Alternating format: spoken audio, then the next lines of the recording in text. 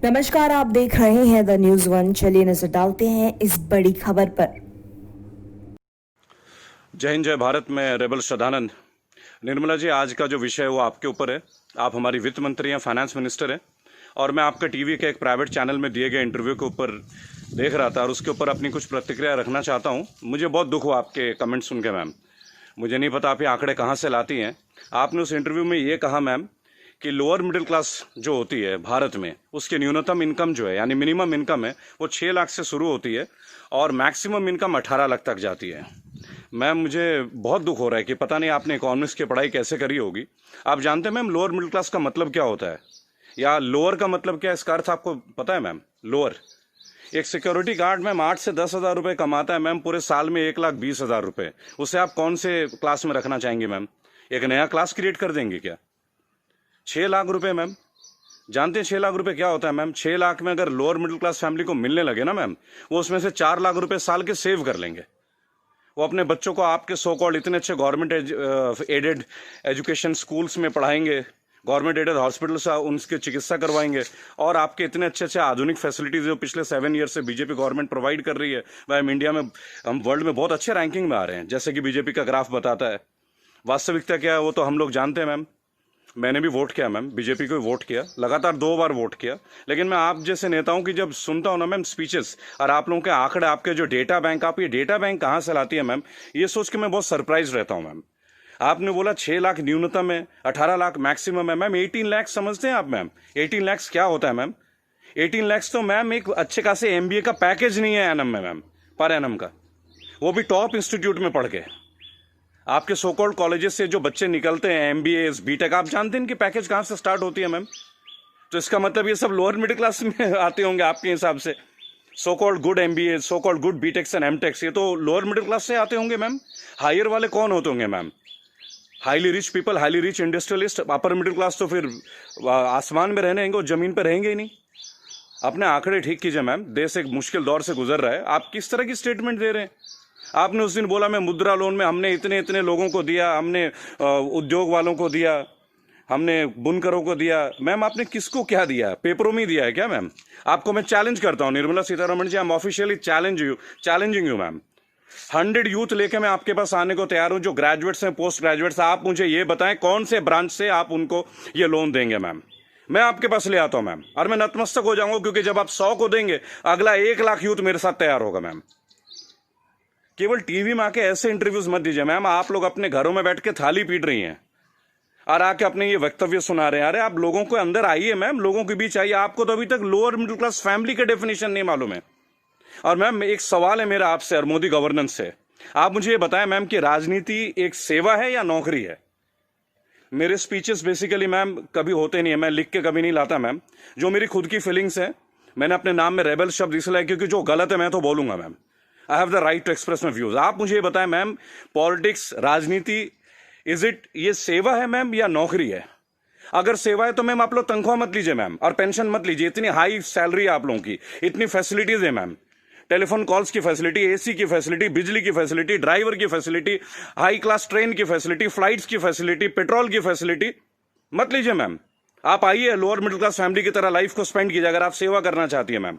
और अगर ये नौकरी है मैम, पॉलिटिक्स, अगर राजनीति आप लोगों के लिए नौकरी है मैम, तो इसका कोई एजुकेशनल मापदंड होगा ना मैम, कोई एजुकेशन क्राइटेरिया तो होगा। मोदी जी, मैं आपसे क्वेश्चन पूछना चाहता हूं कि ऐसा कौन सा डिग्री ले लिया मैं निर्मला सीतारमण जी ने, जो आप एक पहले इनको आप डिफेंस मिनिस्टर बनाते हैं, चंद महीनों के बाद आप इन्हें मिनिस्ट्री ऑफ फाइनेंस दे देते हैं। अरे डिफेंस तो हमारी शक्ति परीक्षण की बात है। It is about our valour, it is about our strength, it is how much mentally fit we are, how much physically tough we are. How can you give a position, both the position to same person? Are they eligible for the same post ma'am? Sir क्या ये दोनों same post के लिए eligible होते हैं क्या? मुझे लगा था कि आपने कहा था अच्छे दिन आएंगे तो ठीक है, आप क्राइटेरिया को बदलेंगे। सर आपने तो क्राइटेरिया ही नहीं बदला। आपने तो दूसरे दलों के नेताओं को अपने पार्टी में लेके आ गए, उनको भगवा रंग दे दिया, उनको नेताएं बना दी। मैं दिल्ली में जनवरी मंथ में इंटरव्यू देख रहा था अनुराग ठाकुर का, फरवरी में, देश के गद्दारों को गोली मारो। बड़ी अजीब बात है, हाईली एजुकेटेड है, क्रिकेटर हैं वो, शायद बीसीसीआई के हैं, और तो और अमित शाह के पुत्र जो वो सेक्रेटरी बन जाते हैं। लोगों के ऊपर आप लोगों को बड़ा अच्छा लगता है। आपकी आईटी टीम के ज्यादातर लोग राहुल गांधी को पप्पू पप्पू कप्पू करके बुलाते हैं। देखिए, मैंने एक बात सीखा है, अगर आपको हंसना है ना तो सबके साथ हंसे। If you want to laugh, laugh with others, don't try to laugh at others. It doesn't show your good politics, it shows the political vendetta. अभी प्रियंका गांधी जी ने बसों का इंतजाम किया तो बहुत सारा हवा मच गया कि भाई ये गाड़ियां, टेम्पो हैं, वो हैं, फलाना है, ढहका है। अरे सर, आप 2000 बसें लगा दीजिए ना। चलो, उन्होंने ऑटो दे दिए, टेम्पो दे दिए, पर उनको कुछ फीलिंग तो रहा, वो दे तो रहे हैं। आप लगा दीजिए 2000 के बदले 4000 बसें।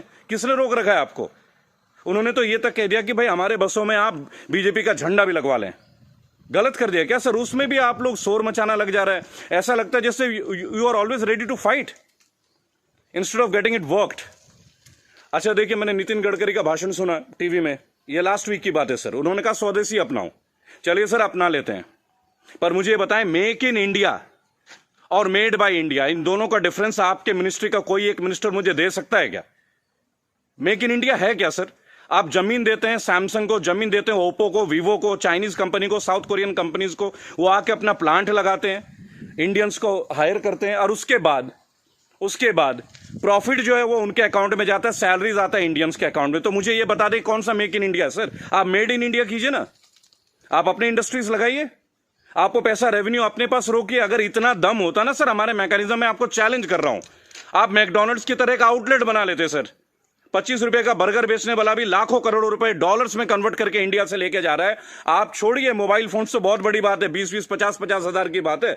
आप बर्गर बनवा दीजिए सर, आप ब्रेड्स बनवा दीजिए, रेवेन्यू यहां जनरेट करवा दीजिए सर, मेड इन इंडिया कर दीजिए। What is make in India sir? आप कहते स्वदेशी अपना, फॉरेन की कंपनी को आप जमीन अलॉट कर रहे हो, राइट? और आप कहते हो चाइना का बहिष्कार कर दो। आप मुझे बता दें, बीजेपी के कौन से नेता के पास इंडिया वालों का फोन है सर? और बीजेपी छोड़िए, किसी भी पार्टी, मैं यहां किसी और पार्टी का माउथ पीस नहीं हूं सर, क्योंकि मुझे देखा गया है, मैं देखता हूं ये चीज। अगर मैं आपके पॉलिटिकल किसी फेलियर के बारे में बात करूं तो लोग तुरंत बोलेंगे भाई ये तो कांग्रेस का आदमी है। It's very cheap sir, it sounds very cheap. ठीक है सर, आपसे पहले हमने कांग्रेस को भी वोट दिया, क्या गलत किया सर? गलत क्या किया भाई? जो मेजोरिटी में आएगा उसको तो वोट देंगे ना। मुझे ऐसा लगता है कि आप ऑपोजिशन को भी नहीं टिकने देते हैं। भाई एक सोशल सिस्टम है, गवर्नेंस के एक सिस्टम है सर। आप अच्छा गवर्नेंस करेंगे पर एक मजबूत ऑपोजिशन, आप तो ऑपोजिशन को ही परचेज कर ले रहे हैं आप लोग। ज्योतिरादित्य सिंधिया को आपने परचेज कर लिया सर, बुरा लगेगा सर सुनने में। ऐसी क्या घुट्टी दे दी सर? एक झटके में एमपी की गवर्नमेंट जो है वो कोलैप्स कर जाती है, वो भी उस दौर में जब कोविड-19 का दौर रहता है। तब आप लोगों को कोविड-19 का अवेयरनेस नहीं होती, तब आपको नहीं लगता कि लोगों के बीच आपको जाना चाहिए। अहमदाबाद में लाखों लोगों की भीड़ आपने कर दिया, नमस्ते ट्रंप कर दिया सर। क्या ये पॉलिटिकल फेलियर नहीं है? आज आप बता रहे अचानक से आपने 25 तारीख को लॉकडाउन कर दिया और 1 महीना तक आप नमस्ते ट्रंप की तैयारियां करवाते रहे sir. What is this sir? झूठी शान का हमें क्या करना है सर? आज सबसे पहले आप अपने नेताओं को बोलें कि वो कुछ भी बोले ना टीवी में, हेल्प तो आप करना नहीं। मेरी बात सुने सर, सब आत्मनिर्भर है। मजदूर कौन सा मर्सिडीज में घूम रहा है सर? उनके पैर में फफोले गिर रहे हैं। मैंने देखा निर्मला जी ने एक स्टेटमेंट दी, एक लेडीज बेचारी सूटकेस में, उसका बच्चा सूटकेस में बैठा हुआ घसीट के ले जा रही है, तो वो जवाब देती है कि राहुल गांधी को वहां नहीं बैठना चाहिए, राहुल गांधी को वहां जाना चाहिए। अरे राहुल गांधी को जो करना चाहिए वो छोड़िए, आपको क्या करना चाहिए? गवर्नेंस आपकी है, सेंट्रल में आप हैं, पिछले 7 साल से आप लोग हैं सर। हमेशा क्या स्टेट को ही फेल करते रहोगे क्या, या हमेशा ऑपोजिशन को गालियां देते रहेंगे आप लोग? सर मोदी जी चाय वाला पीएम बन सकता है, सुना था, देख भी लिया सर, बराबर। बाकी चाय वालों का क्या सर? बाकी लोगों का क्या सर? प्रवासी मजदूर छोड़िए, प्रवासी क्या होता है सर? सब भारतीय मजदूरी तो है। हर पूरा देश तो वैसे भी मजदूरी कर रहा है सर, पूरा देश मजदूरी कर रहा है। आप जितना ग्रोथ दिखा दो सर, ग्रोथ क्या है वो तो लोगों के जेब में आके देखो ना, लोगों के घर में आके देखो, बैंक अकाउंट में आके देखो कि पैसे हैं किन के पास और किन के पास नहीं है। मैं एक रिक्वेस्ट करूंगा सर आपको, आप अपने मिनिस्टर्स को काइंडली एक इंस्ट्रक्शन दें कि वो कुछ भी वक्तव्य दें। बहुत बुरा दौर है सर, इस बुरे दौर में कम से कम स्टेटमेंट्स अच्छे दें। कुछ अच्छा कर ना सके तो अच्छा बोल ही लें, लोग तो अपना कर ही लेंगे ना सर। सड़क में बच्चा मर जा रहा है, माँ बाप उसे कैरी कर रहे हैं, इससे ज़्यादा दुखद स्थिति क्या हो सकती है सर? ये कोई पॉलिटिकल बात थोड़ी है। लेकिन मेरा एक सवाल हमेशा आपके साथ रहेगा सर, कि आप एक बात का जवाब जरूर दें। और जो भी लोग इस वीडियो को देख रहे हैं, अगर आपका संपर्क किसी भी पार्टी से है, कांग्रेस से है, समाजवादी पार्टी से है, तृणमूल कांग्रेस के लोगों से, कृपया मेरा वीडियो उन तक पहुंचाएं और उनको बोलें कि ऑपोजिशन इसलिए कमजोर है, केवल एक कारण है, क्योंकि इन पॉलिटिकल ग्रुप्स के जितने भी लोग होते हैं ना सर, जो सो कॉल्ड प्रदेश प्रवक्ता होते हैं, शायद वो बेहद कमजोर हैं।